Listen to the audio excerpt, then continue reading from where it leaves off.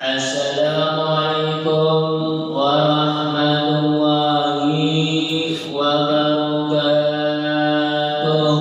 Waalaikumsalam warahmatullahi wabarakatuh. Sekali lagi supaya bersemangat. Assalamualaikum warahmatullahi wabarakatuh.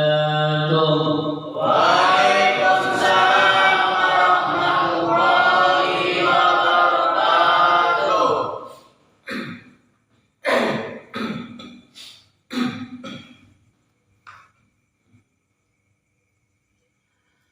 Alhamdulillahilladzi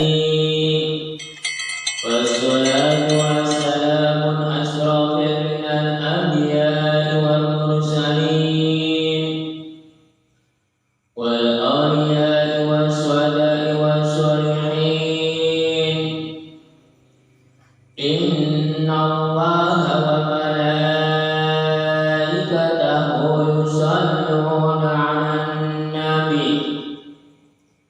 Ya ayyuhalladzina amanu sallu 'alaihi wa sallimu taslima.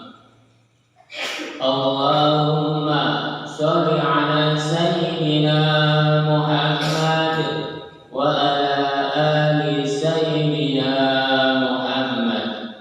Amma ba'du.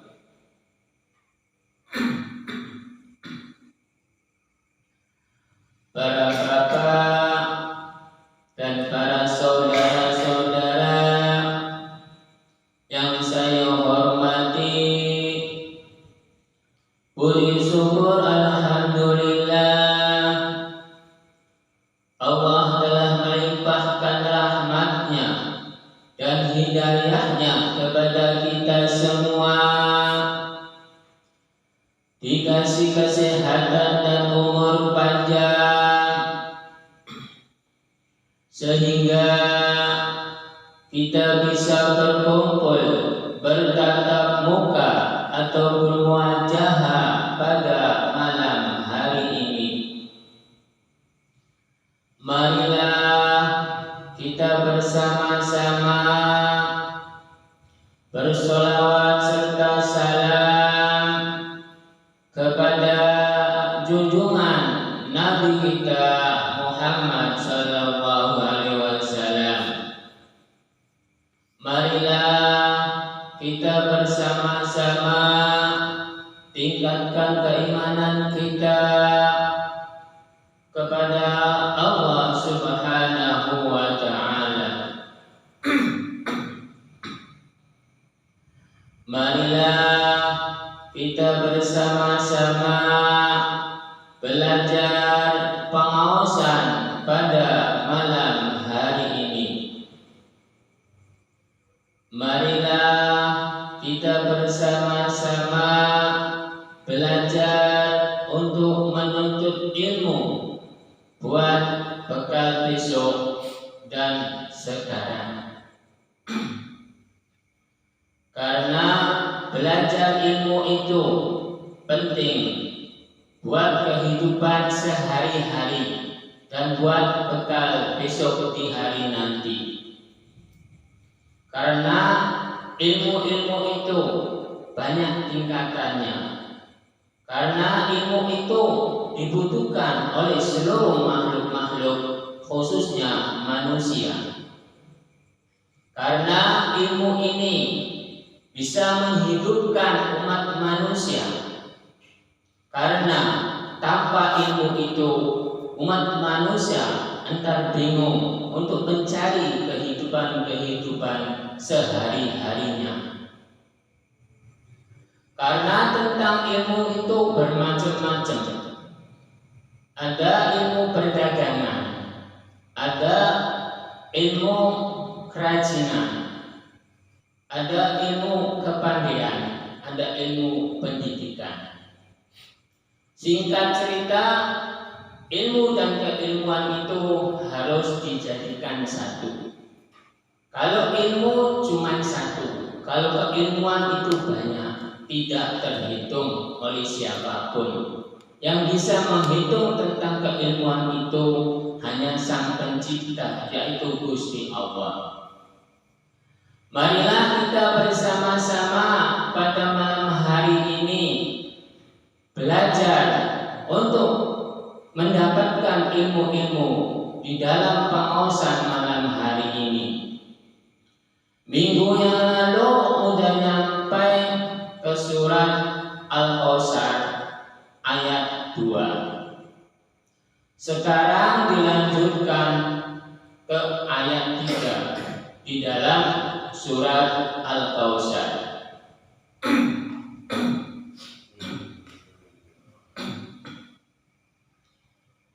Bismillahirrahmanirrahim. Inna syani'aka huwal abtar. Sesungguhnya orang-orang yang membencimu, dialah orang yang terputus dari rahmat Allah. Maksudnya, orang-orang yang membencimu itu, kalau ada orang yang mau melakukan ibadah tentang ilmu, karena beribadah-ibadah itu banyak macamnya. Contohnya di dalam pengawasan malam hari ini. Ini ibadah untuk ilmu. Ibadah-ibadah itu banyak. Bukan ibadah sedekah jariah saja. Bukan amal jariah saja. Itu sedekah jariah itu ibadah. Amal jariah ibadah. Mencari ilmu juga ibadah. Karena di dalam pengawasan malam hari ini itu mencari ilmu.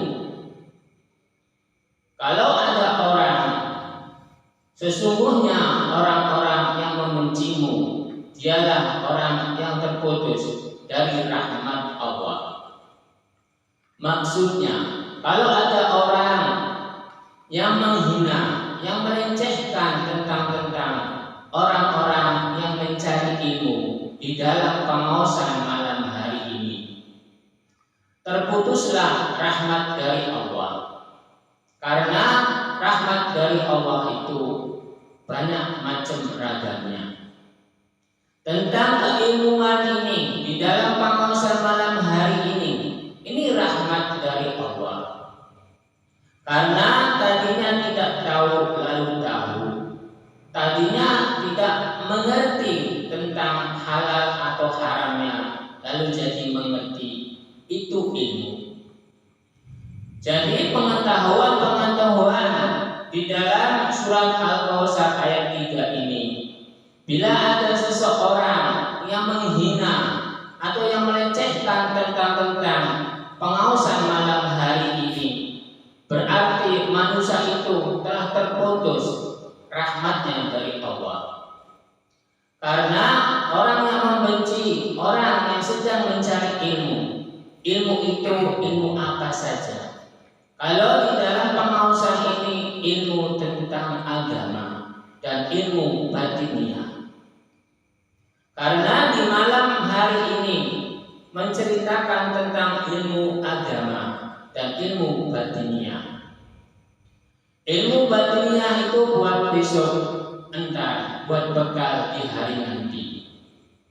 Lalu mencari ilmu agama itu buat kehidupan sehari-hari yang kita lakukan, supaya kita ini bisa menjalankan kebaikan-kebaikan, kebenaran-kebenaran dan kemuliaan-kemuliaan di dalam laku lampah kita sehari-hari. Jadi terputuslah orang-orang yang menghina tentang yang mencari ilmu atau pengalaman, atau di dalam pengawasan malam hari ini lalu ada orang yang menghinanya, terputuslah rahmat dari Allah. Karena pelajaran-pelajaran agama ini semuanya rahmat dari Allah. Pengetahuan di dalam pengawasan malam hari ini adalah rahmat dari Allah. Bila ada seseorang yang tidak mau belajar pengawasan malam hari ini, malah menghina atau melecehkan, berarti terputuslah rahmat dari Allah. Lalu dilanjutkan dengan alif jar'i. Ibadahnya Gusti Allah tidak berbentuk, tidak berwujud, tapi nama, tidak berwarna. Jadi semua kekuasaan Gusti Allah itu tidak ada yang tahu bentuk apanya, warnanya apa. Karena indiri Gusti Allah itu adalah gaib. Kalau gaib itu miliknya Gusti Allah, bukan makhluk-makhluknya. Bila ada yang menyatakan bahwa sebangsa jin itu makhluk gaib, sebangsa malaikat itu bangsa gaib, sebangsa kayangan juga termasuk bangsa gaib, itu salah penafsirannya. Itu semua itu adalah makhluk-makhluk ciptaan-ciptaan yang Maha Sang Pencipta atau Gusti Allah.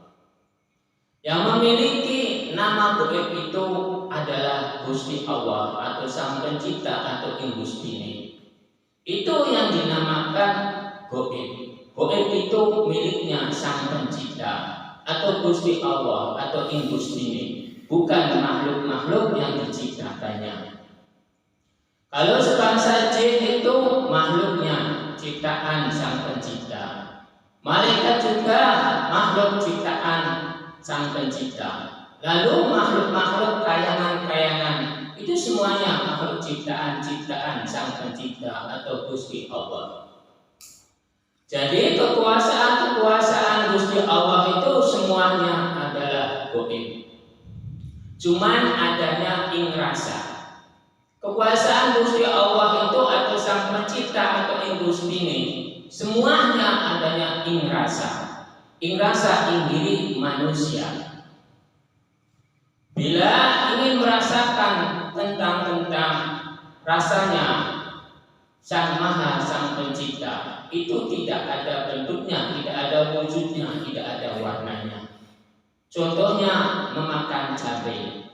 Cabai itu warnanya hijau, tapi rasa pedasnya itu tidak ada wujudnya apa-apa, tidak ada warnanya, cuman hanya rasa. Rasa itu kekuasaan Sang Pencipta, kekuasaan Gustinya, kekuasaan Gusti Allah.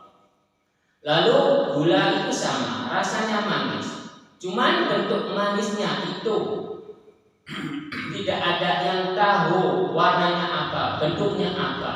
Itu ing rasa. Itu rasa itu sifat Gusti Allah, adanya ing rasa. Bentuk Gusti Allah atau Sang Pencipta adanya ing rasa. Ing rasa ing diri manusia bahwa ada Sang Pencipta, bahwa rasa manis itu adanya ing rasa ing diri manusia. Bentuknya tidak tahu manis itu apa. Cuman rasanya ing rasa manis itu. Lalu pahit itu sama. Lalu asin itu sama. Semuanya ada ing rasa. Kalau kekuatan Gusti Allah itu tidak ada wujudnya, tidak ada bentuknya, tidak ada warnanya, cuman adanya ing rasa. Karena alif jar'i ing badani Gusti Allah tidak berbentuk, tidak berwujud, tetapi nama dan tidak berwarna. Kekuasaan Gusti Allah itu adanya ing rasa. Manusia itu pasti telah merasakan semua kekuasaan Gusti Allah, kekuatan Gusti Allah. Karena Gusti Allah itu gaib, tidak ada yang tahu tentang apapun. Lalu dilanjutkan dengan nun tasjid jabarna ing perjalanan saking Gustine. Ing perjalanan saking Gustine, Gusti Allah telah menjalankan semua telah menjalankan segala kebutuhan-kebutuhan makhluk-makhluknya yang ada di dalam dunia ini. Contohnya tugas Gusti Allah yaitu Rahman. Rahman itu membentuk makhluk namanya manusia. Lalu merahimi itu mengasihi, menyayangi terhadap makhluk-makhluknya namanya manusia. Mengasihi itu maksudnya mengasihi kehidupan, mengasihi makan yang telah diciptakan makhluk-makhluknya itu namanya manusia. Jadi merahmani dan merahmi itu Gusti Allah telah bertanggung jawab atas kebutuhan-kebutuhan umat manusia yang ada di dalam dunia ini. Dengan perjalanan saking Gusti ini telah dijalani semua kebutuhan-kebutuhan umat manusia. Umat manusia itu dikasih kesehatan, dikasih penglihatan, dikasih pendengaran, dikasih kenikmatan-kenikmatan yang ada di dalam dunia ini. Semuanya telah diberikan semua terhadap umat manusia. Tergantung nasibnya, tergantung takdirnya, tergantung kodratnya. Karena umat manusia itu diciptakan oleh Gusti Allah atau Sang Pencipta atau Gusti ini. Itu sebelum lahir itu ditanyai apakah hendaknya mau melakukan perintah-perintah Gusti Allah atau Sang Pencipta atau Gusti ini kalau lahir. Entar nasibnya begini, takdirnya begini, kodratnya begini. Lalu si jabang bayi atau makhluk namanya manusia itu menerimanya. Entar manusia itu atau makhluk namanya manusia itu keluar dari rahim ibu lalu ke alam dunia, lalu sampai dewasa. Jadi semua umat manusia yang ada di dalam dunia ini semuanya udah ada takdirnya, udah ada kodratnya, udah ada nasibnya. Jadi kalau ada umat manusia, ada yang senang, ada yang tidak, ada yang cukup, ada yang tidak, ada yang sehat, ada yang sakit. Itu semuanya udah ditakdirkan, udah dikodratkan, udah dinasibkan oleh Gusti Allah. Bahwa makhluk namanya manusia itu semuanya tidak sama nasibnya, kodratnya, takdirnya. Semuanya bermacam-macam dan berbeda-beda. Karena perjalanan saking Gusti ini, Gusti Allah telah membagi-bagi tentang saking Gusti ini, tentang makhluk-makhluknya namanya manusia itu. Ada yang lebih baik, ada yang buruk, ada yang sengsara. Karena di dalam ketiga itu semuanya umat manusia itu yang mendapatkannya itu ada yang menerima, ada yang tidak. Karena umat manusia itu semuanya, kalau umat manusia itu menerimanya itu alhamdulillah. Tapi kalau tidak menerimanya itu masya Allah. Karena umat manusia itu keluar dari rahim ibu itu udah ada perjanjian-perjanjian dengan Sang Pencipta. Jadi umat manusia itu harus menerimanya tentang nasibnya, tentang kodratnya, tentang takdirnya.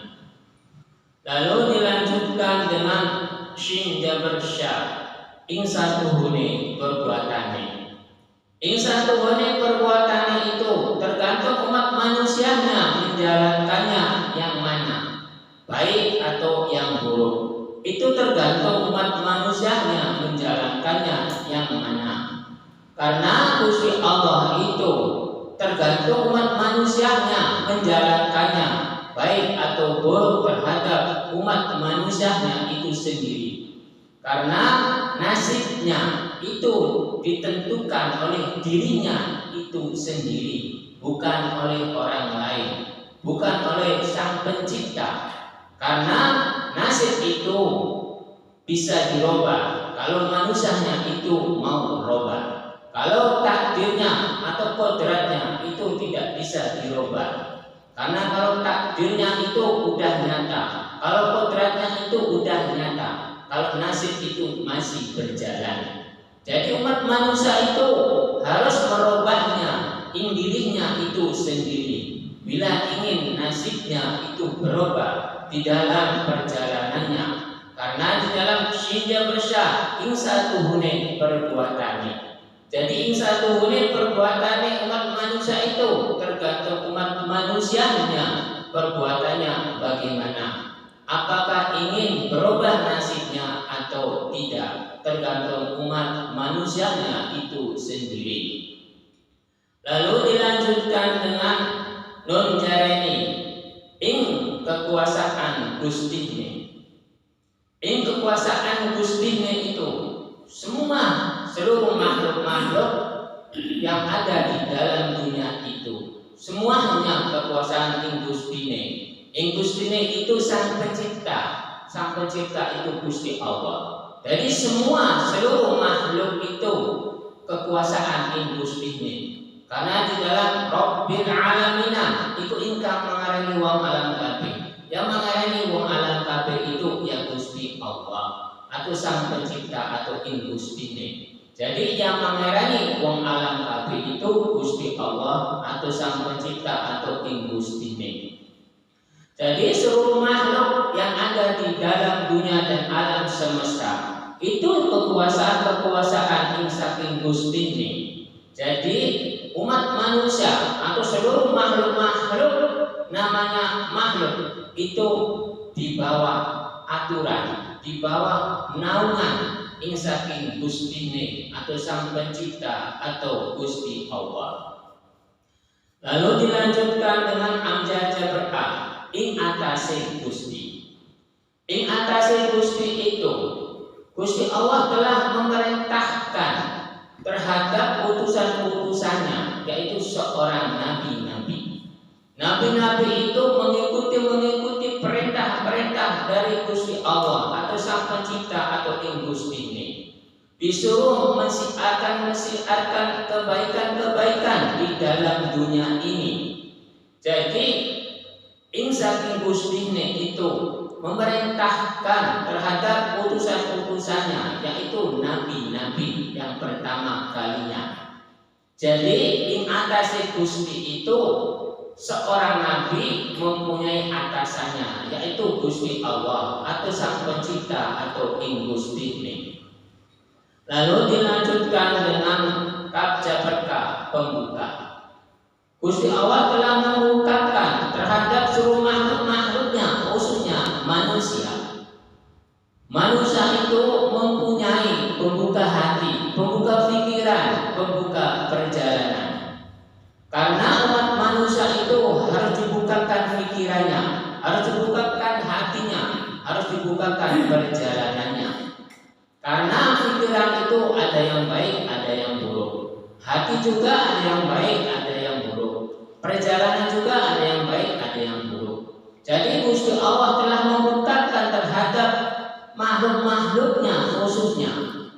Jadi Gusti Allah mengutus seorang nabi-nabi itu buat pembuka hati, pembuka pikiran, pembuka perjalanan. Karena seluruh nabi-nabi itu mengajarkannya kebaikan-kebaikan, kemuliaan-kemuliaan yang ada di dalam dunia ini. Khususnya umat manusia dan dikasih nasihat, dikasih arahan-arahan oleh nabi-nabi, utusan-utusan Gusti Allah. Lalu dibukakan pikirannya, dibukakan hatinya, dibukakan perjalanannya. Ini yang baik, ini yang buruk. Itu tergantung umat manusianya menjalankannya yang mana. Semuanya diserahkan terhadap umat manusia memilihnya yang mana. Nabi-nabi juga tidak mau memaksakan kehendak, tergantung umat manusianya yang dikasih arahan-arahannya, mau menuruti atau tidak, mau menjalankan atau tidak, itu terserah umat manusianya. Karena nabi-nabi itu hanya sekedar utusan-utusan sang pencipta atau utusan-utusan Gusti Allah atau utusan-utusan ing Gustine. Lalu dilanjutkan dengan hakasehu nyata. Gusti Allah telah menyatakan bahwa di dalam dunia ini ada utusan-utusannya. Yang pertama kalinya yaitu seorang nabi. Seorang nabi itu harus diikuti tingkah lakunya, perilakunya, ilmunya. Karena seorang nabi itu utusan Gusti Allah atau Sang Pencipta atau Indus ini. Telah dinyatakan di dalam kitab-kitab, ada kitab Zabur, kitab Taurat, kitab Injil, kitab Al-Quran. Semuanya telah menyatakan bahwa seluruh nabi-nabi itu utusan-utusan Sang Pencipta. Bila ada nabi ini yang paling mulia, bila ada nabi ini yang paling mulia, bila ada nabi ini yang paling mulia, bila ada nabi ini yang paling mulia, ada nabi ini yang lebih mulia, ada nabi ini yang lebih mulia, ada nabi ini yang lebih mulia, ada nabi ini yang lebih mulia. Kalau menurut saya, semua utusan-utusan itu sama, tidak ada yang jelek, tidak ada yang benar, tidak ada yang salah. Semuanya sama, karena di dalam utusan-utusannya, di dalam menjalankan perintah-perintah Sang Pencipta atau Gusti Allah atau Indus ini. Jadi bila ada orang yang menyatakan bahwa nabi ini yang paling benar, berarti penafsiran umat manusia itu salah. Karena penafsiran manusia itu bila tentang utusan-utusan itu sama. Karena nabi-nabi itu semua utusan-utusan Sang Pencipta, utusan-utusan Gusti Allah, utusan-utusan Indus ini. Jadi bila ada orang yang menyatakan nabi ini yang paling benar, berarti penafsirannya itu kurang pas, berarti penafsirannya itu salah.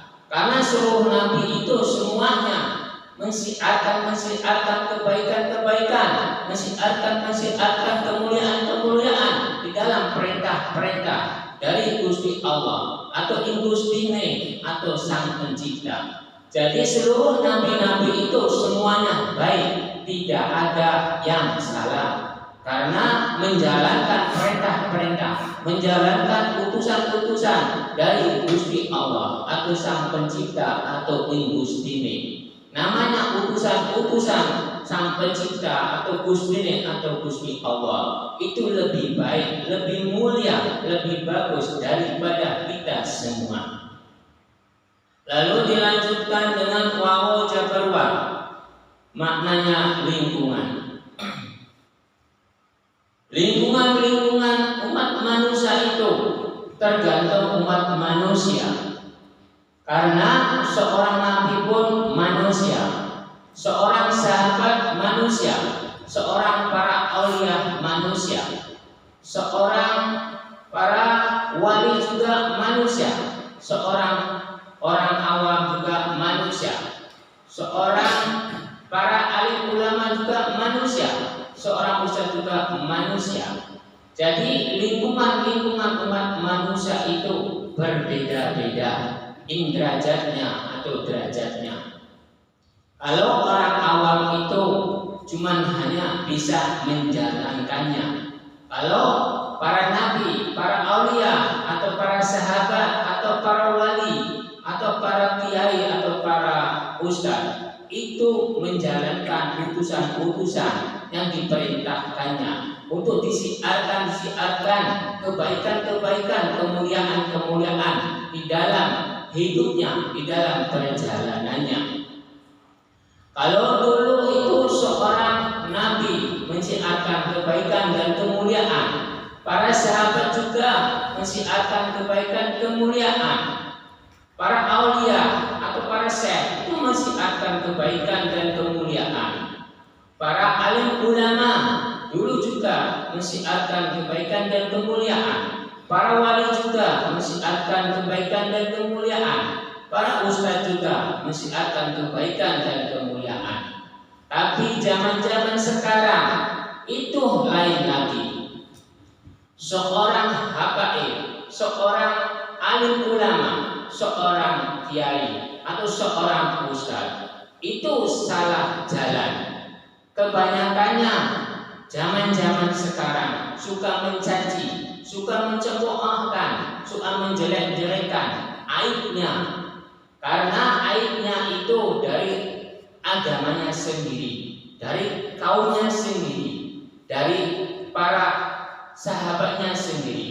Karena ulama dan ulama itu sahabat, kiai dan kiai itu sahabat, ustadz dan ustadz itu sahabat, habaib dan habaib itu sahabat. Tapi zaman-zaman sekarang suka mencaci, suka menyalahkan tentang habaib-habaibnya, tentang para alim ulamanya, tentang kiainya, tentang ustadznya. Itu semuanya saling menyalahkan di antara satu dan dua, di antara dua dan satu.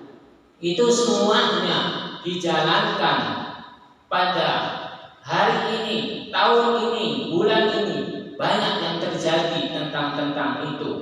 Agamanya sama, kitabnya sama, nabinya sama, Tuhannya sama, agamanya sama, manusianya sama. Tapi waktunya berbeda-beda. Ada yang berbudi luhur, ada yang baik, ada yang mulia. Ada yang tidak baik, ada yang tidak mulia, ada yang mencari kesempatan dan kesempitan. Itu tentang umat manusia.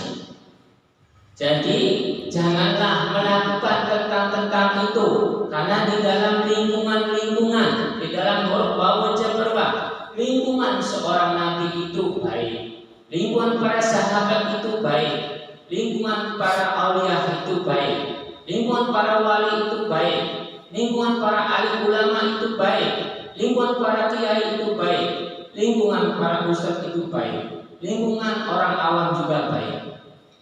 Itu yang seharusnya. Tapi zaman-zaman sekarang itu semuanya berubah drastis, karena dengan tujuan-tujuan yang tertentu, dengan ambisi-ambisi tertentu, orang-orang itu yang ada maksud-maksudnya. Tapi kalau imannya kuat, tekadnya kuat, pasti tidak akan tergoda, pasti tidak akan terbawa oleh apapun. Karena zaman-zaman sekarang yang didulukan itu ambisi, keinginan dan nafsunya, bukan akal sehatnya, bukan tingkah laku, kebaikan, kebenaran, kemuliaannya. Yang diutamakannya itu adalah ambisi dan nafsunya. Lalu dilanjutkan dengan lam mati. Gusti Allah gawe lingkungan. Jadi Gusti Allah gawe lingkungan terhadap umat manusia, namanya orang awam dan namanya para alim ulama, namanya para habaib atau kiai. Semuanya dibeda-bedakan lingkungannya, jabatannya, tapi manusianya itu sama, namanya sama, tapi derajatnya itu berbeda-beda, waktunya berbeda-beda. Itu udah ada lingkungannya. Kalau umat manusia mengambilnya lingkungan kebenaran, kemuliaan dan kebagusan dan kebenarannya, hendak di dalam dunia ini damai, tentram, sejahtera, tidak ada keributan, karena bisa ada keributan itu, ada keinginan yang tertentu, ada keinginan nafsunya, ada keinginan yang terselubung di dalam hatinya, di dalam perbuatannya, karena menginginkan sesuatu di dalam perjalanannya. Lalu dilanjutkan dengan alif jabar a, ing atase Gusti. Gusti Allah telah mengatasi semua terhadap kebutuhan umat manusia yang ada di dalam dunia ini. Gusti Allah telah menyediakan yang baik ini, yang buruk ini, tergantung umat manusianya. Karena tempat salah itu bukan orang awam saja, semuanya bisa melakukan kesalahan. Seorang nabi juga memiliki kesalahan, seorang sahabat juga memiliki kesalahan, seorang para aulia juga memiliki kesalahan, seorang wali juga memiliki kesalahan, seorang para alim ulama juga memiliki kesalahan, seorang kiai juga memiliki kesalahan. Seorang ustaz juga memiliki kesalahan, apalagi orang awam yang tidak mengerti tentang apapun. Jadi di dalam alif jabar a mengatasi Gusti Allah telah mengatasi semua kebutuhan-kebutuhan apapun, tentang sifat, tentang watak, tentang perjalanan umat manusia, semuanya telah disediakan. Yang buruk ada, yang baik ada, itu terserah makhluk-makhluknya, namanya manusia. Karena umat manusia itu tergantung umat manusia memilihnya yang mana. Yang baik silakan, yang buruk silakan. Tergantung umat manusianya memilihnya yang mana. Karena di dalam alif jabar a atasi Gusti Allah telah menciptakan umat manusia, lalu diatasi semua oleh Gusti Allah, lalu diserahkan terhadap umat manusianya. Silakan pilih yang mana, baik silakan, buruk silakan. Karena yang menanggung beban itu umat manusia, bukan Sang Pencipta, bukan Gusti Allah, bukan ing Gustine. Lalu dilanjutkan dengan B mati. Gusti Allah gawe kita akan manusia itu anu bagus, anu bener, anu desa. Jadi diri manusia itu, bila umat manusia itu menjalankan perintah-perintah dari Gusti Allah tentang wujudnya, tentang wataknya, tentang perjalanannya. Kalau tentang wujudnya itu bagus, benar, desa. Jadi sebagus-bagusnya manusia urip iku kang paling sampurna urip, bagus lan rusuh bentuk manusianya. Kalau manusianya itu melihat dirinya itu bagus lan rusuh, sampurna urip, perjalananlah yang baik, yang bagus dan yang benar in perjalanannya. Karena wujudnya itu baik, bagus, benar, mulia, tidak ada kekurangan apapun.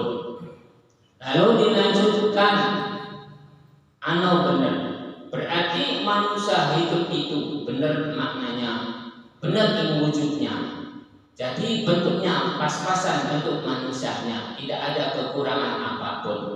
Jadi manusia itu kalau melihat dirinya di dalam kebenaran dirinya, bentuk manusianya pas bentuk manusianya itu, lakukanlah kebenaran, kebagusan dan kemuliaan di dalam perjalanan hidupnya.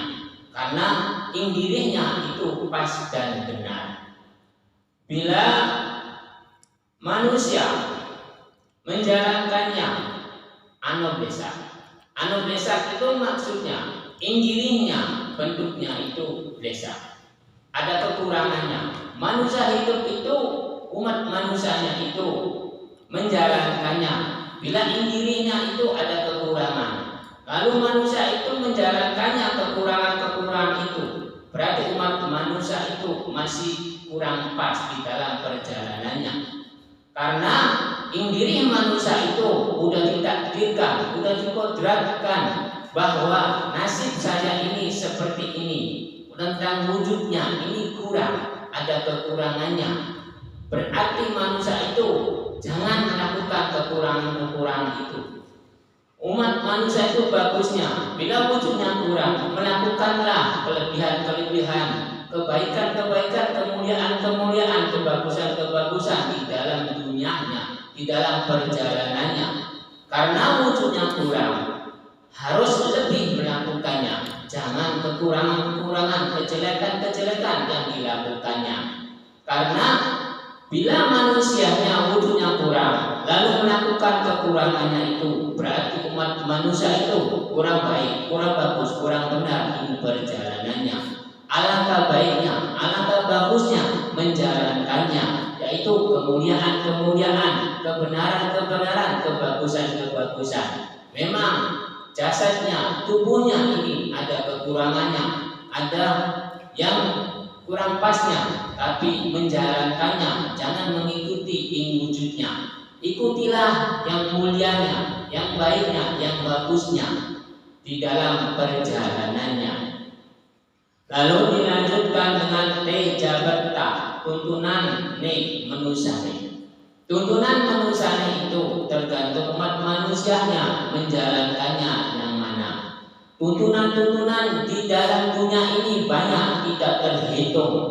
Kalau tuntunan-tuntunan tentang agama, semuanya itu bermacam-macam agama. Karena yang terkenal di dalam alam dunia ini ada 4 yang terkenal, yaitu Hindu, Buddha, Kristen, dan Islam. Kalau keyakinan itu 4 dijadikan satu. Ada Islam percaya, ada Hindu percaya, ada Buddha percaya, ada Kristen percaya. Itulah namanya agama keyakinan. Jadi keyakinan umat manusia itu tergantung umat manusianya. Karena tuntunan-tuntunan umat manusia itu semuanya baik, tidak ada yang salah. Contohnya orang Islam itu mengajarkan kebaikan, kebenaran, dan kemuliaan di dalam dunia ini. Bila ada orang mencuri, pasti agama Islam ini melarang. Bila ada orang membunuh, pasti agama Islam ini melarang. Bila ada orang korupsi, agama Islam ini melarang. Juga terhadap agama Kristen, orang membunuh, orang korupsi, orang mencuri, atau orang yang berbuat tidak baik, agama Kristen juga melarang, tidak menganjurkan. Lalu agama Hindu juga kebaikan mensiarkannya.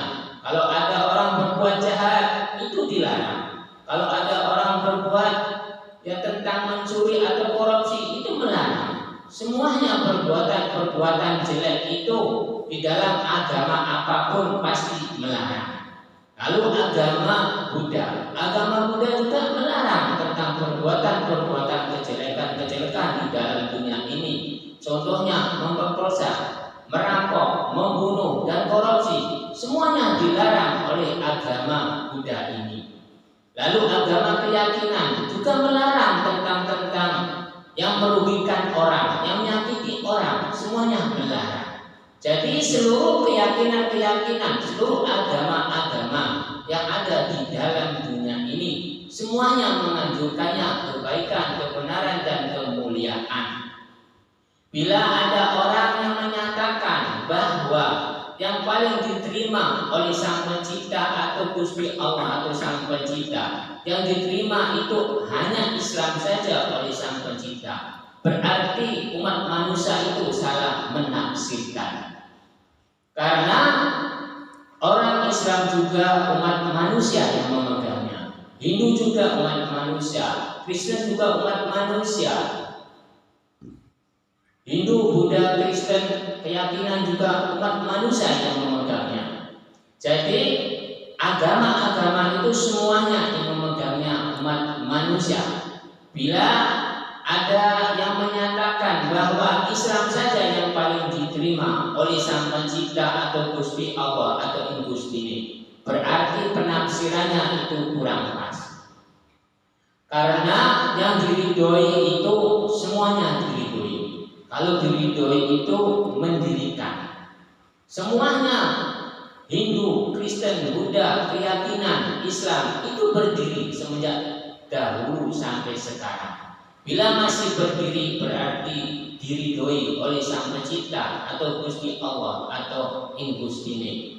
Bila ada orang yang menyatakan Islam saja yang diterima, yang diridhoi, entar yang masuk surga itu orang Islam saja, berarti umat manusia itu salah menafsirkan. Karena yang masuk surga itu entar bukan agamanya. Yang masuk surga itu tentang perilaku tingkah laku umat manusianya yang dipertanyakannya, bukan agamanya. Agamanya kuat, kitabnya kuat, ibadahnya kuat, ngaji kitabnya ribuan kitab, tapi amal perbuatannya jelek. Antar umat manusia itu mendapatkan kesalahan-kesalahannya tentang perbuatan-perbuatannya. Karena yang dinilai itu bukan agamanya, bukan ahli kitab, bukan ahli ibadah, bukan ahli-ahli yang lainnya. Yang dinilai itu oleh Gusti Allah ing perbuatannya, tingkah lakunya. Contohnya, seorang menteri agama, lalu dia melakukan korupsi, apakah dinyatakan benar? Lalu contohnya lagi, seorang alim ulama, lalu menggadahi anak didiknya, lalu memakan anak didiknya, apakah itu dinyatakan benar? Pasti dinyatakan salah. Jadi seluruh perbuatan-perbuatan umat manusia, seluruh umat manusia yang dinyatakan benar adalah perbuatannya, yang dinyatakan salah itu perbuatannya, bukan agamanya. Karena umat manusia itu contohnya orang Islam mencuri, antara yang mendapatkan beban atau yang mendapatkan siksa itu bukan agamanya, tapi perbuatannya, yaitu umat manusia. Tidak ada yang agama itu dipenjara, yang ada itu umat manusianya yang dipenjara. Tidak ada seorang Hindu lalu dipenjara, adanya umat manusianya. Tidak ada orang Kristen atau agama Kristennya yang dipenjara, adanya itu umat manusianya. Atau orang agama Hindu itu tidak ada yang dipenjara, yang ada itu umat manusianya. Jadi segala sesuatu perbuatan-perbuatan itu yang ditimbang itu aslinya, yaitu perbuatan-perbuatan umat manusianya, bukan agamanya, bukan ibadahnya, bukan imannya, bukan keyakinannya, bukan kitab-kitabnya. Jadi kunci yang utama umat manusia itu adalah tingkah laku, perilaku diri manusianya. Bila ada seseorang ibadahnya tekun, ngajinya tekun, kitabnya tekun, ribuan kitab tekun, semua dilakukan, tapi perbuatannya itu sering memperkosa, sering mencuri, sering menipu, sering tipu menipu, itu pasti dinyatakan salah. Bila ada seseorang yang tidak mau melakukan apapun tentang agama, tentang perbuatan apapun dia tidak mau, dia maunya menjalankannya, kebenaran, kebagusan dan kemuliaan, apakah dinyatakan salah? Pasti dinyatakan benar. Tentang ibadah itu, yang menilai itu hanya yang tahu itu adalah Gusti Allah. Karena ibadah itu urusan hablum minallah. Jadi Gusti Allah lah yang tahu. Manusia itu tidak bisa tahu tentang ibadah. Karena penentuan umat manusia itu adalah terhadap Gusti Allah, baik buruknya. Karena di dalam kitab apapun, bila umat manusia melakukan salah, pasti salah. Jadi umat manusia itu bukan tergantung agamanya, bukan tergantung kitabnya, bukan tergantung ibadahnya, bukan tergantung keimanannya, bukan tergantung kepatuhan terhadap kitabnya. Yang tergantung umat manusia itu tergantung amal perbuatan, tingkah laku perilaku sehari-harinya. Lalu dilanjutkan dengan repasero ing atas rezeki menusane. Ing atas rezeki menusane. Manusia hidup di dalam dunia ini, bila melakukan ibadah-ibadah, dia tekun menjalankannya. Lalu tingkah lakunya baik, bagus, benar, mulia di perjalanannya, melakukannya kebaikan, kebenaran, kemuliaan di dalam hidupnya sehari-harinya. Berarti umat manusia itu mendapatkan rezeki-rezeki yang tidak ternilai oleh Gusti Allah. Umat manusia itu entar bisa ditolong oleh perbuatan-perbuatannya itu sendiri. Karena umat manusia itu telah menjalankannya di dalam hidupnya, di dalam perjalanannya, di dalam tingkah lakunya, kebaikan, kebenaran, kemuliaan ing atas rezeki manusia. Ing atas rezeki manusia itu bukan harta benda. Ing atas rezeki manusia itu tentang tingkah laku, perilaku, perbuatannya yang baik, yang bagus dan yang benar dan yang mulia. Itu namanya rezeki juga. Cukup sekian saja pengawasan malam hari ini. Mudah-mudahan ada barokahnya, ada faedahnya. Bismillahirrahmanirrahim.